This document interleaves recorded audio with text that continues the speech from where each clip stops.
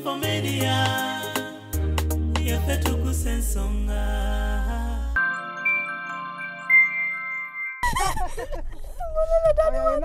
Muchipojo tutulanda tunudde dio oli avuda atatudde kyenyuma nyuma ne banna ya malo.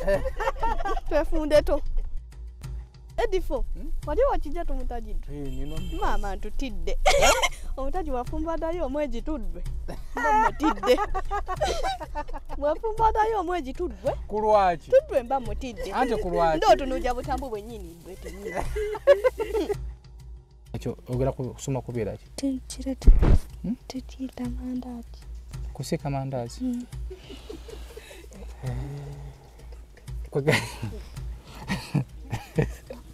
Shadia. Ova wane waka no yambala engatto no yambala uniform no taona kakaya no genda ku ssomero ngosoma kubera ki ngosomerera ki tutita mandazi. Are you interested in upgrading your sleeping and bathing experience? Then Ziwa & Sons is the right spot for you. We sell blankets, bed sheets, duvet covers, bed covers, mattress protectors, mosquito nets, wardrobe, all closets, towels, bathrobes, pillows, traveling pillows, cushions, shoe rack, dyeing rack, and ironing boards. Buy all your favorite products online with comfort from your office and workplace, home, hostel at a go from our website www.ziwaansons.com and have it delivered to your doorstep. Call us on 0705 364 749. Ziwa & Sons, where comfort and luxury is a pleasure.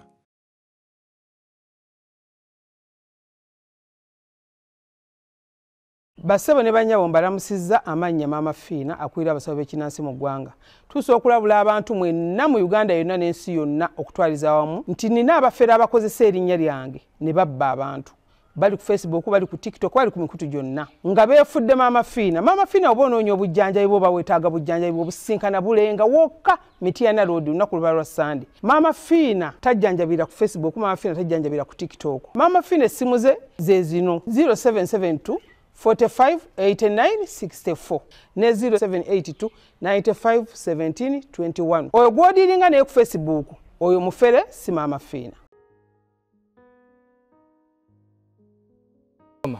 Osoma ku ssomero ki? Madonda tulani chitulu. Madonda tulani chitulu. Wewe tukusanze. Naye ndo tempoide teacher agamba. Mbagenda kuza mu kirasi mbu byosoma bibukyamwe emiriyo kutegeera. Naona to. Naona to. Oli mu kirasi ki? Baby. Baby. Kasi baby yebera kirasi ki? Oba baby yebera kirasi ki? Nze kibina ekikyota. Musoma ki? Kibina ekikyota. Oli mu kibiina ekisookera ddala.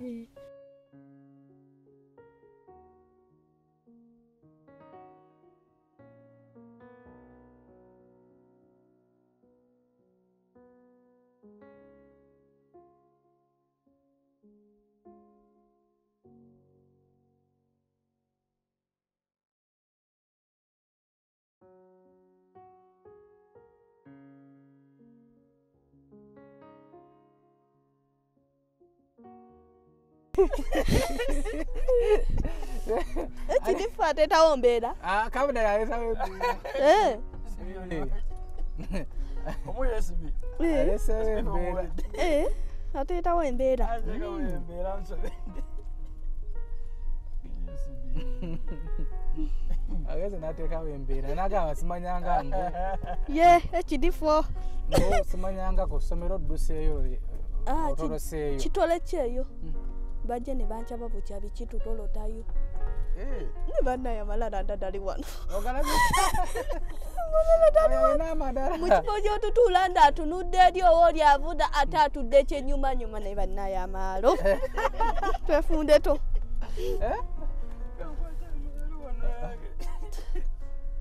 Ne mama ndio dino. Ndio. Ndikuwe. Wala ya malo. Ekidifo. Ekidifo amalo do. Amalo. Ogambye ali alina amaalo. Oli. Okozaje? Atita watula kye nyuma. Malagali koyo. Tuli amu tuchomera. Ogenda kuddayo ku ssomero. Binomera nange. Kamala tayi yalenga musisi wa Kabalagala. Sije nkubye. Amoja tu chente jenali amu tuchomera. Agenda kuoyo. Ono. Edi chifo. Amoja tumpa chente jenali amu tuchomera. Nyakuwa. Ekidifa kituba. Yamula bichanda akyali mu bubuta moto. Ya kituba. Nalimbo konno. Walimbo to. Yali awakijja toto mutaji oyo. Tondaba okukaddiwa. Tulaba naye emyata mito. Yalakoze. Yali awakijja tumutaji. Yambuze. Edifo. Wali awakijja tumutaji. Nino. Mama ntutidde. Omutaji wafumbadayo omwezi tuddwe. Mba mutidde. Wafumbadayo omwezi tuddwe. Kulwaki. Tuddwe mba mutidde. Ante kulwaki. Ndo tunuja butambu bwennyini bwe tunyini. Nedda ndi mubi bubi. Ziri mukamwe ndi mubi bubi. Ndo tunuja butambu ebicere bikinda.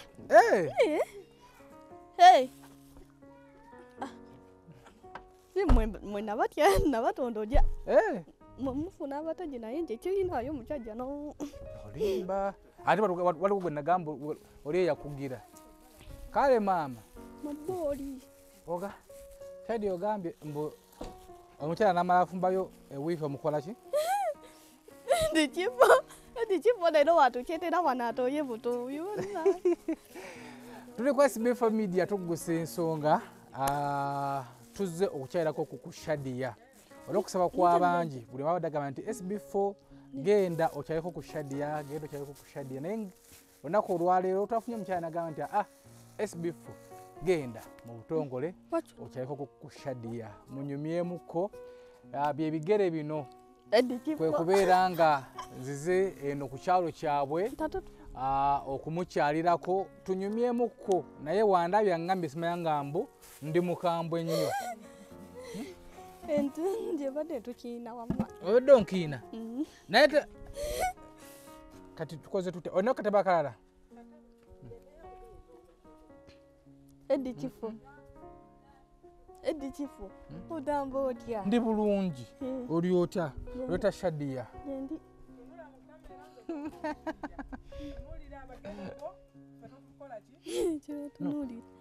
Katono nnyo tuze kutajjaako babiri. Tuba tusobola okugyako. Edichifo. Ova ku ssomero. Abatuteekamu akasente batinaffe abaziwa and Sons bali ku Mukwano Arcade. Bakoletera kalonda yonna wa Beddings. Obwana banaffe abakekke. Private Tracking Company. Bo simzazo studio. So bakwasa omulimu gw'okutrackinga. Nfunye akatebe. So Shadia andabyeko bulabe bwati nangamba. Asusa nambuuza nti nalimpa sizza ku mukazi nga Shadia nze ndi musajja mukulu. Lwaki ombuuziza ekibuuzo ekyo? Ekikusinziira ki?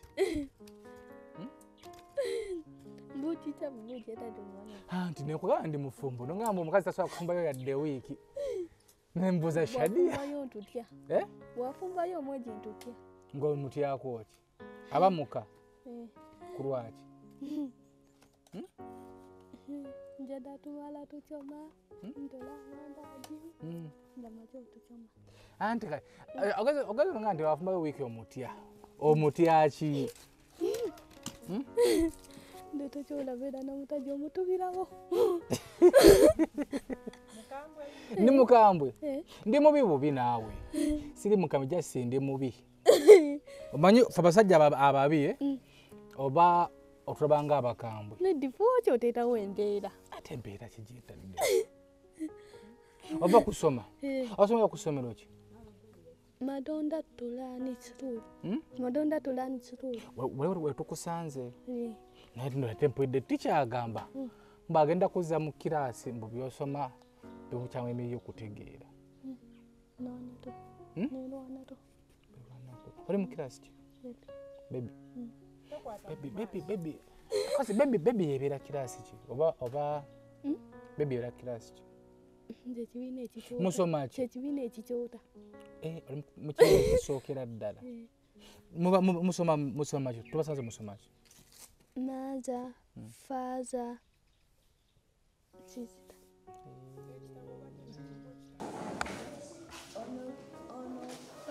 Ono faaza, ono maaza, ono sisita. Zamwe bandage. Ono faaza, ono maaza, ono kizita. Yo bamanyi. Ebadde n'ekitabo. Oba kiri mu mototo. So kati muba muwandiika.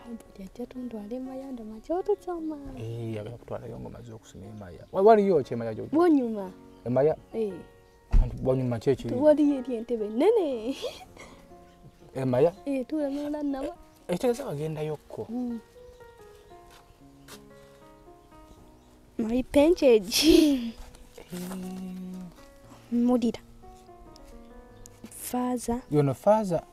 Faza. Ngatunula wangire mukoko. No, teta ombeera. Tutandikire eno gye watandikira ddala. Embaata.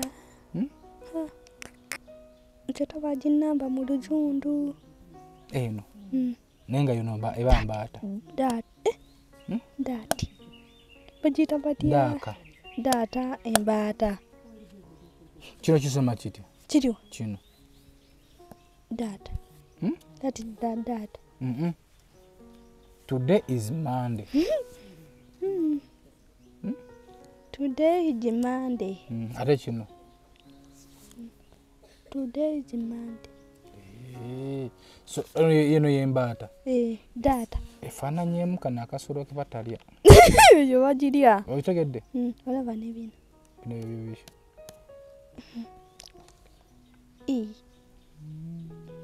Otola boti. Otola boti. Atita tatati. Yebera kati shadi yosoma kubeera ki? Obasoma kubeera ki? Kino kiki? Pence. Kituufu. Dolwamu. Dolwamu wano. Dolwamu kuti kiki? Ennoma. Osoma kubeera ki? Kubeera ki? Ogera kusoma kubeera ki? Tekiyita mandazi. Kusiika mandazi?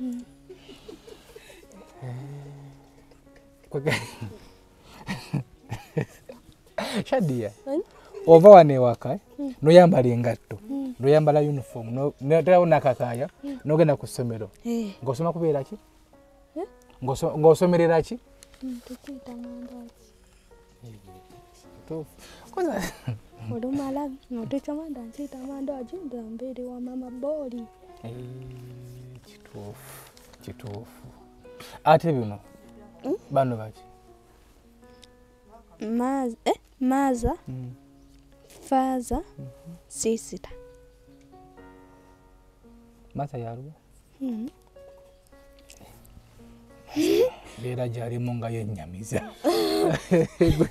Embeera y'amaaza gyalimu nga yennyamiza.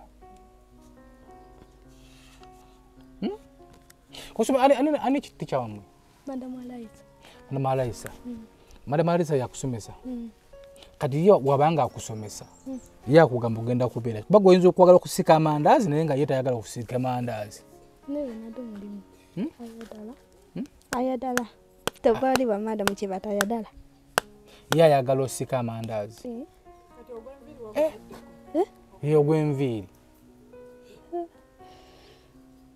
Ogw'enviiri tuyinza otuba mugimu kikyo? Muzibu gutya? Walaba muzibu gutya? Otutawa giyinza otuntawanyamu. Okuzisiba? Anti kutawanya batya? Ndabye nkiba bye bicumula otutayo. Obwana Shadia. Gwolabanga byogenda okusiba bye bigenda okusumulukuka. Nosaba okusiika amandaazi. Olowooza amandaazi bw'onogasiika n'osiika esiri egenda okusiriira? Tekisobola tola matulu. Njoyodera tebitola matulu nkibudo kiyita. Bejo yatibikola makulu gwe obulaba. Ndipo. Ndipo. Olaba omukyali oyo ayambadde diketi. Jamita. Kozi wakabe alina amalala. Yatudde oti yatudde waboda atudde maacha ate yatudde kyenyuma nyuma. Omulaba. N'omutunuulira. Gagobera malala gobera maalo. Maalo. Okitola. Oli awo. Ndi wano. Jaja tusooke tumubuuzeeko. Ndipo. Okirabye? Kyekubye? Ndeta. Ndi mutaji kyedoma birevu. Nje tewali kitnana. Mba mufuni njala omuntu atatukirevu. Omusajja? Omuti ako. Omuntu atatukirevu kye. Ekirevu kitya? Omuntu atoto butwakirukirevu. Naye wachoma. Kituli kwa tugenda kusaba tubuuze ku jjajja. Naye eri ku ssomero olaba otya? Wachoma? Nande no. Ene wakozi bi family tuguse ensonga tuli waba Shadia. Wana ndio. Chabo. Tugenda kusaba tubuuzeeko. Wachona rera wembeera. Tugenda kusaba tubuuzeeko ku jjajja. Then today ate eri ku ssomero tunyumyemu bulungi. Naye nga abadde basaba Shadia ono kumukyazaako ku SB Media tuzze tugenda banga tumukyazaako tunyumyemu ku mboozi oba oli awo tungaleko tufaali wano waali wano webabeera wano wawangalidde webabeera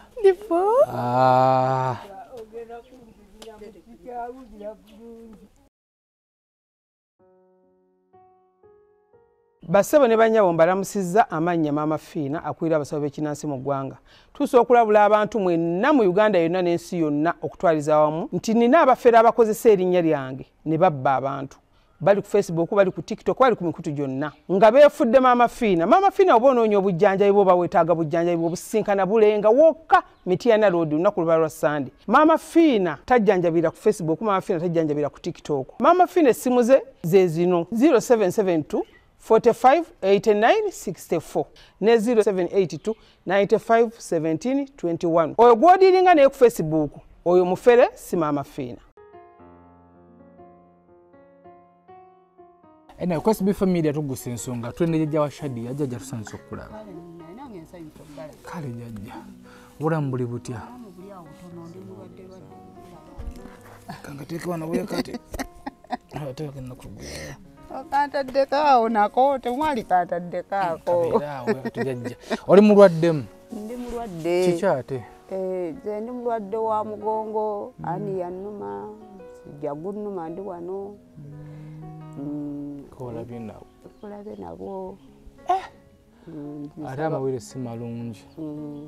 Tuli balwadde ffenna ng'era tulabe wano. Maama oli otya eyo? Bulungi. Ndi wano ndi mulwadde ebisimba n'alusa.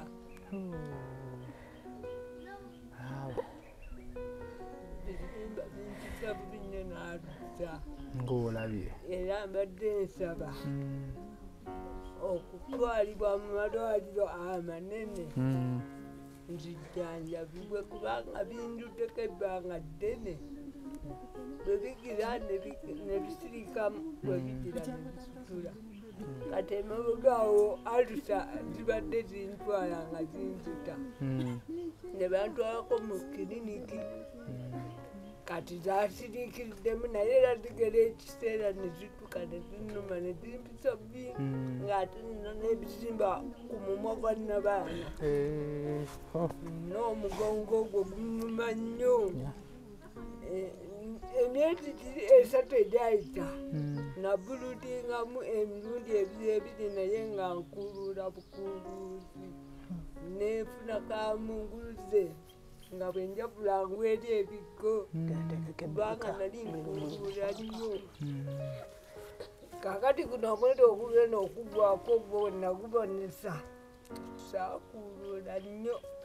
Naye ate mu butakuuluula nayisibwa bubi ne bantwalako ne mu ddwaliro ly'e Katoogo nga nina ekintu ekinsika omutima ne gunnuma nga nda amawa okuziza ddala mu byenda mpaka kuno ku lulimi. Bwe bantwala mu kiriniki y'e Katoogo abasawo ne banditeko omusaayi kugo ku lugalo kati ne bampa amakerenda nga mangi nga gaalusa nagamira kale amakwa ne gawona gaali gafiira ddala mu lubuto munda nga talya na mmere omukamwa nga akamu konna kabunye amubwa nga talya na mmere nga nemmere nga napayitayitira okulya esaagala nga bwenjogera bwe ndi nga omulaba njogera ng'ekintu kinsitula omutima wano mu mpatanya y'amabeere wano buli kigambo kyenjogera nga omutima oba kubagamba nti omuntu oba ofa owulira nga wano olumizibwa nnyo njagala genda koleba ng'ekintu kisituka wano nga kinyoola nnyo naye kati mbadde nsaba waliwo yanzikirira amalwaliro muno gali 2 muno gatangaaza obulwadde obukulimu bonna ne babulaba naye mbadde nsaba busabi kuntwalayo so kwasibifa media tugusa ensonga mama gwe Shadi oba muyita otya mba muyita muzzukulu wange gwe wonna wenna ali wuno ng'omanyiko ku ddwaliro erisobola okutujjanjabira jjajja waffe ono abeera ne Shadiya wano tusaba tukontakitinge kyonna kyonna ky'olina tunaddira tukomewo tulabaga tusobola okumutwala mu ddwaliro tubadde tuzze kukyayirako Justice Shadiya nga ate tutumanyi nti ate waliwo omulwadde omulala so kati bwe tunaba tukomyewo nga mu za kisatu tusobozesezza okudda yenna yenna tusaba maama ono agendeko mu ddwaliro so jjajja anga mulabira abalwadde ate n'obulwadde butuluma wano atusabe tunaddira wonna wonna mukama nga atusobozesezza tomanya tuyinza okujja ne tugendako mu ddwaliro naye nga ye Shadiya webale kumukuuma Shadiya ye mukuuma ali awo ye bwatyo maama Bolingo yasinga okumunkwatiraku takutawaanya tasumbuwa ya omuntu wange era nze namumanyiira ntumira ku maama Fiina tuli wano tulina ebizibu ennyumba yange yiyo yagaana okuggwa yali aginzimbirako yalwala kati neeyimirira eyagala kugikuba pulasita munda kugiggala amadinisa we batyateekako buveera ne munda wonna yeetaaga n'oluggi olwo oludda mu kisenge tekuli kati tetuyita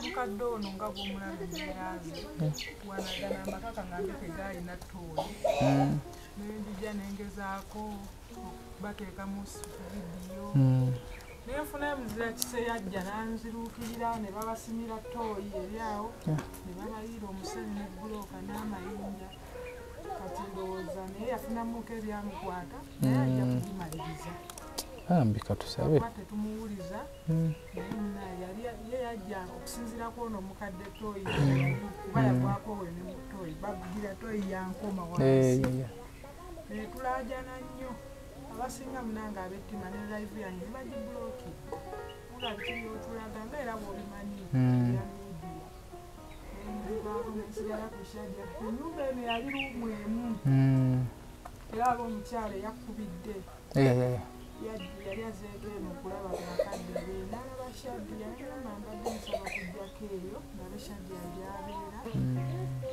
najja naakola kino kyakola ki yasobola okukolako naye asaala nategeera leete sente simbadde siina abonye kankubirire nga basula awo bonna balinga bagwawo era balinga basulana wansi ali muzungu oyo era nandabanga ndigamba teekamu mbapika ali muzungu nandeetera emifaliso wano nibabanga ebyensula bakola ki babitereeza kati era omukyala bwe yamaliriza eyo era dola nestopinga ngera bwogiraba ebyawo ekizibu kyono Shadiya kyakusoma Shadiya awulira obulamu bwe bwonna akola ki ayagala kusoma naye abantu banjajinga era okumuteekawo ku ssomero omuntu yavaayo n'agamba mpeereza ssente taamu eri eyaggwa yaweereza emitwalo 10 netugulako yunifoomu ya mitwalo 5 netusasulako ne ku ssomero emitwalo emeka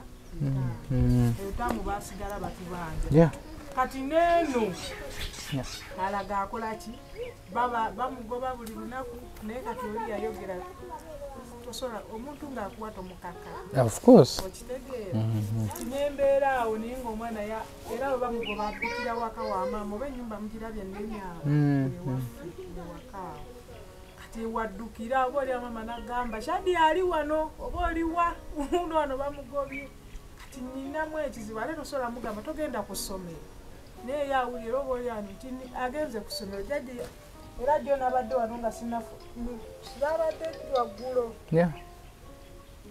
kati era mbandi wajjajja nangamba no bamusa ku ssomero omwana weka bamugobye fiizi naye simanyi nga simanyi nakumanya bwe ninakikola naye abantu kati bo bagamba oyo asoma ki biki byakyasoma tutawanya butawanya ate abamu bagamba ayina noba tasoma kati bintu byanini tomanya ate bw'omugamba nti tuula dda mu kukaaba akaabira ddala n'emmere n'atagirya abamu ayagala kusoma ayagala ye ku ssomero bannayuganda abali eyo ensonga ndowooza muziwulidde eza Shadia tugenda naye okufunako mu mboozi empanvu bajjajja bonna balwadde naye n'ekyokulya sirina bannange nakyo nkidaaga gomulaba wano nemiro terina sirina mawogo tusabe mukama bamuza kisayo naye naana batulabye eyo sirina kyakulya tujjayo omunyu gutudaaza kale ebyomuntu nga omulimanyi sabbuuni munyu bintawaaniza ddala wano era ebyokulya anyway kwesibifa media tugusa ensonga kyona kyonna kyolina tutume wajjajja tujja kubanga tujjawo tutuuse obubaka obwo tukowola munauganda yenayeyambi maama fiina tumutumidde yaali atya kyokola kirungi kola ki byongeramu amaanyi nagamba sijja kugamba nti lekeraawo wabula bwe nalabye kavidiyo kuba yalaba kavidiyo nga yali mukwoza nga bali mukozesa nabikola byamapaapaali nagamba nga kirungi nabaletera sabbuuni biki nayegenda mumaaso ngaokola ekyo kyokola ki era sabbuuni naye era naye aweddewo naye yaggwawo sabbuuni webatuleetera akageri emmanyi katagwako ku miti kati sabbuuni naye kati era byonna mubigamba naye nange mala teeka muddato gira abantu ati kakati gwoba sabbuuni anyway kwesibifa media tugusa ensonga obubaka ndowooza tuba tutuusizaako gwe bino enaali eyo abawagizi ba Shadia bano bajjajja babeera nabo naye embeera eri ewaka ndowooza mugirabye era tukobola bazira kisabwa namwe naabali eyo kyona kyonna kyosobola okubeera nga famire eno gikwasizaako bale eno no mukyalo walako tuli magonga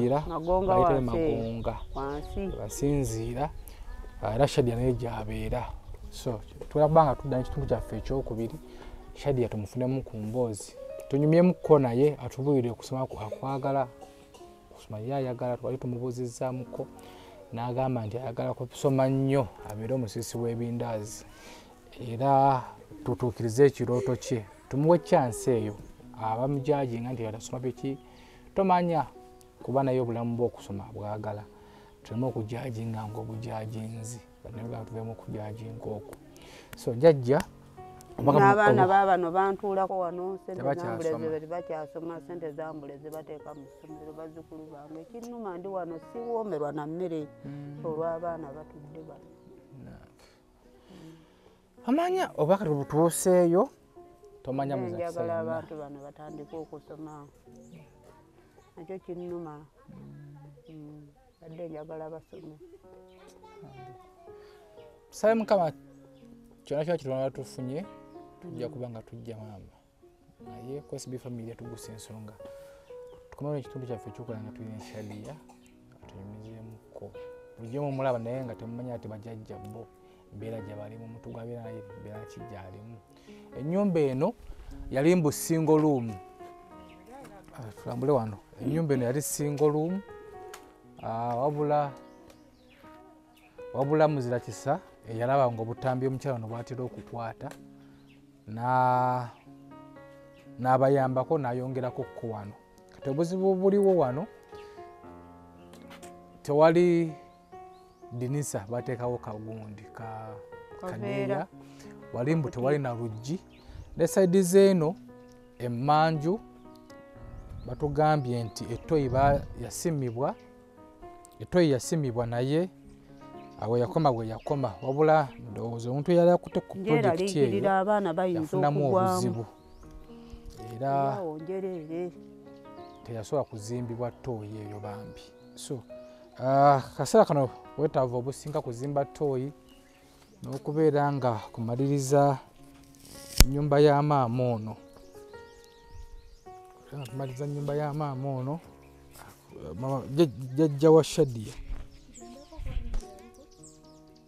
Tugende tulabe eruda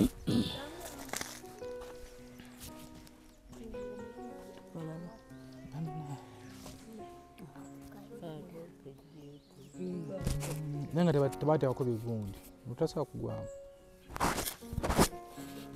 Nditeebereza nti jjajja omu mulema naye atambula okuva ena si kutambula wabula kwavula yavula najja paka eno waliwo nno ka distance akikola atya bannaaye akikola atya kuba seggamba nti waliwo omuntu anaamusitula.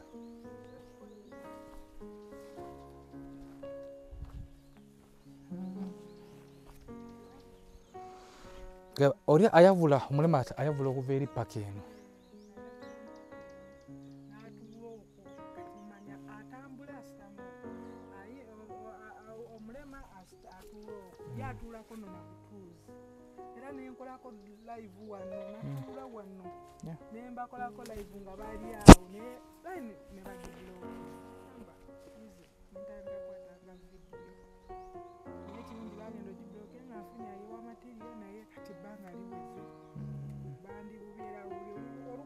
eya. So gwatulaba yeno toyi Shadia gy'olengera awo jjajja mukadde waliwo jjajja omulema bonna babagenda kyokka ng'ate awo bagenda waliwo ka distance okuva eri. Tetebereza nti jjajja yoli omukadde ayavula atya paka eno, ekyo kyo kibuuzo. Ekirala toyi waliwo gye baasima eri gy'olengedde wali muzakisa yali ku live emu oyono omukyala atera okupostinga Shadia ne basima toyi eyo naye ndowooza bambi awo weyakoma era tumwebaza awo weyakoma tumwebaza kyonna kyonna kye yakola. Kayinayo gwe muzakisaali eyo osobola okutweyungako noga nti ndeeseyo 5 oba ndeeseyo 10 tumalirize toyi eno. Kyemmanyi okugiteekako kisiraabu kiyinza okumalawo obusawo bwa sementi nga 3 gattako emitayimbwa awo mayinja byonna bisobola okumalawo kitwale nti byonna ogikola n'okugizimba byonna oba nga baliridde n'ennyumba kuteekamu wali ddinisa kyemmanyi nga kakadde kamu kasobola okumala. So wewe wenna nga oli eyo osobola otukwatizaako kyonna ky'osobodde. Simu ziri ku screen okwo ow'omutwalo ow'ettaano ow'ekkumi tusobola okutandika okuyambako ku projekiti eyo. Wabula nabali abasobola okuyamba nabo tubeebaza. Kati tuli mu kweyunga ku bo tube nga tutereeza embeera y'awaka wano kuba teyeeyagaza n'akamu.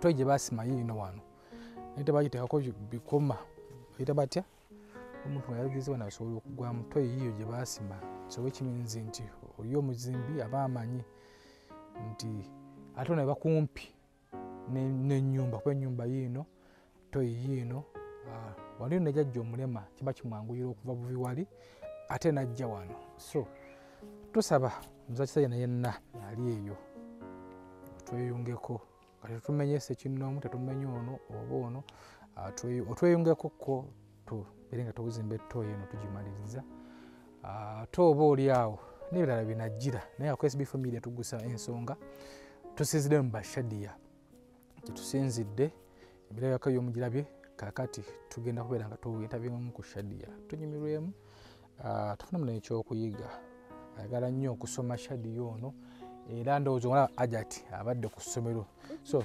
tugenda kubeera nga tugenda mu kitundu kyaffe ekyokubiri nga tuli ne shadiya naye tugenda kuddayo eri saidize ku ssomero lwaki jajja omutya